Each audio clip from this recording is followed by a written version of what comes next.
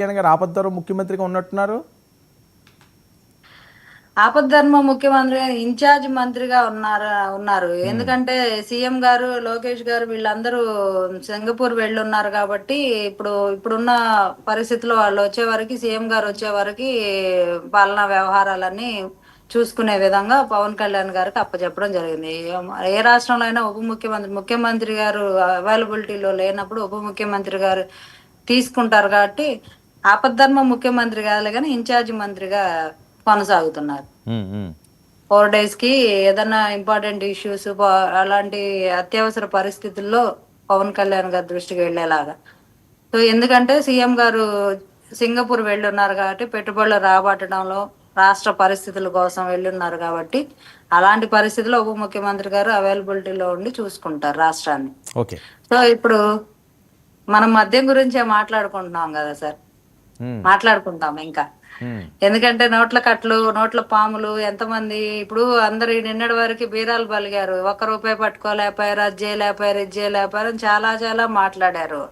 ఇప్పుడు ఆధారాలు ఉన్నాయా లేవా వచ్చి బయట బహిరంగ ప్రపంచానికి పబ్లిక్ గా పెట్టరు కదా, కోర్టుకి సబ్మిట్ చేస్తారు. సిట్ అధికారులు వీళ్ళు ఏవైతే బెయిల్ కావాలని కేసులు వేస్తున్నారో దానికి అలా బెయిల్ ఇవ్వడానికి వీలు లేదు, వీళ్ళు ముద్దాయిలుగా ఉన్నారు, ఇది మా దగ్గర ఈ ఆధారాలు ఉన్నాయని సిట్ సమర్పించిన తర్వాత వాళ్ళ బెయిల్ క్యాన్సిల్ చేయడం జరిగింది. మిథున్ రెడ్డి గారు హైకోర్టుకి వెళ్ళారు, సుప్రీంకోర్టుకి వెళ్ళారు. ఎందుకు తిరస్కరించారు? కోర్టులు ఎందుకు తిరస్కరిస్తాయి?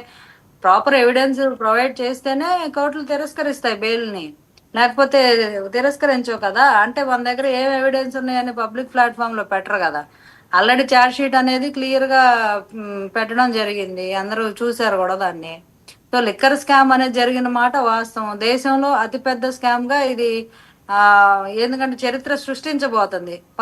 ఇక్కడ పవన్ కళ్యాణ్ గారు ఆల్రెడీ ఎన్నికల సమయంలో ప్రస్తావించారు, మద్యం ఏరులై పారిచ్చారు, నాసి రకం మద్యంతో ప్రజల ప్రాణాలను ఆడుకున్నారు, కొంత డబ్బుకి లెక్కలేదు, వచ్చిన తర్వాత ఖచ్చితంగా దీని మీద ఎంక్వైరీ అయితే మేము ఖచ్చితంగా వేస్తామని చెప్పారు. చెప్పినట్టే కూటమి ప్రభుత్వం రాగానే సిట్ అధికారులు ఇన్వెస్టిగేషన్ వేశారు.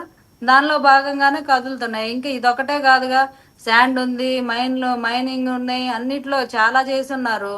అన్ని ఒక్కొక్కటి కదిలితే మొత్తం జైళ్లు కూడా సరిపోవేమో. వైఎస్ఆర్సీపీ పార్టీలో ఉన్న నాయకులందరూ కూసాలు కదిలేలాగా ఉన్నాయి. ప్రతి కేసుకి 200 నుంచి 300 మంది దాకా ఉన్నారు.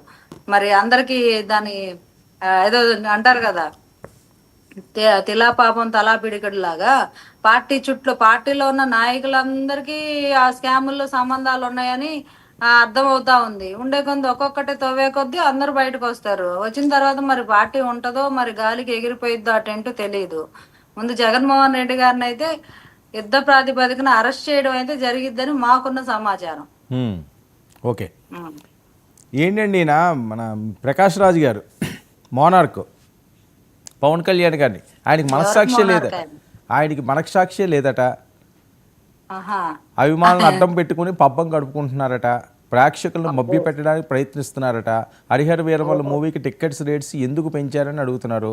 5 ఏళ్ళు ఎందుకు లేట్ అయిందని ప్రశ్నిస్తున్న ప్రకాష్ రాజ్. ఈ నెల చేయాల్సిందే, 5 ఏళ్ళు ఎందుకు లేట్ అయిందో ప్రజలందరికీ అర్థమైంది. 5 ఏళ్ళు ఎందుకు లేట్ అయిందో కానీ ఈయనకు అర్థం కాలే. ఇండస్ట్రీలో ఉండి ఒక ఆర్టిస్ట్ గా ఉండి పొలిటికల్ సిస్టంలో పనిచేస్తున్న ఒక నాయకుడు ఆ సినిమా 5 ఏళ్ళు అయినా సరే పట్టు విడవని విక్రమార్కుల్లాగా దాన్ని ఫినిష్ చేసి ప్రజల ముందు తీసుకురావడమే పెద్ద సక్సెస్. దాన్ని కోట్లాది రూపాయలు వెచ్చించారు నా మీద, నిర్మాతలు దెబ్బతినకూడదు అని చెప్పి ఆయనకి సమయం లేకపోయినా ఆయన వ్యక్తిగత సమయాన్ని 2 గంటలు సమయాన్ని ఆ సినిమాకి కేటాయించి నిద్రపోకుండా ఆ సినిమాని ఫినిష్ చేసి ఆ నిర్మాతల్ని ఇబ్బందుల నుంచి బయటపడేశారు. అదెందుకు కనపడట్లా ప్రకాష్ రాజ్ గారికి? సినిమా టికెట్లు మిగతా హీరోల కన్నా ఎక్కువేం పెంచలేదు కదా అందరితో పాటు. ఆయనకి ఏమైనా స్పెషల్ గా ఏమన్నా టికెట్ ఏమన్నా 2000 పెట్టారా ఏంటి? గవర్నమెంట్ ఏమన్నా స్పెషల్ బంపర్ ఆఫర్ ఏమన్నా ఇచ్చిందా ఏంటి? ఇవ్వలేదు కదా. అందరిలాగే ₹250కే కదా. ఇంకెక్కడ పెంచారు? అంటే ఇంతకు ముందు వైఎస్ఆర్సీపీ పార్టీ వాళ్ళు పవన్ కళ్యాణ్ గారి సినిమాలకి ₹10 ₹15 చాలా కష్టపడి పెద్ద మనసుతో టికెట్లు పెట్టారు. అంటే అంత పెద్ద మనసు కూటమికి ఉండదు కదా. కూటమి న్యాయంగానే వెళ్తుంది. ఏ హీరోకైనా టికెట్ హైకి ఇవ్వండి అని నిర్మాత అడిగినప్పుడు ఖచ్చితంగా దాన్ని పరిశీలనలో తీసుకున్నారు, ముఖ్యమంత్రి గారు ఇస్తున్నారు. అట్లాగే పవన్ కళ్యాణ్ గారి సినిమాకి కూడా ఇచ్చారు. అంత కాక ఏదన్నా స్పెషల్ గా బెనిఫిట్స్ ఏమన్నా పొంది ఉంటే వాళ్ళు మాట్లాడాలి అధికార దుర్వినియోగం అని.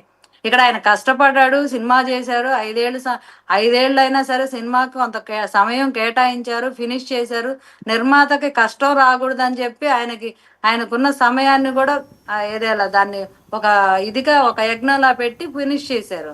అది చేయడమే గొప్ప విషయం అని అందరూ మెచ్చుకుంటున్నారు. ఇప్పుడు ఎందుకంటే ఆయనకున్న బిజీ స్కెడ్యూల్లో 5 శాఖలు ప్రభుత్వంలోకి వచ్చిన దగ్గర నుంచి పాలనా వ్యవహారాల మీద దృష్టి పెట్టడం, అట్ ద సేమ్ టైం సినిమాని ఫినిష్ చేయడం, ఆయన ఇచ్చిన డేట్స్ అని చేయడం, అంటే 2 పడవల మీద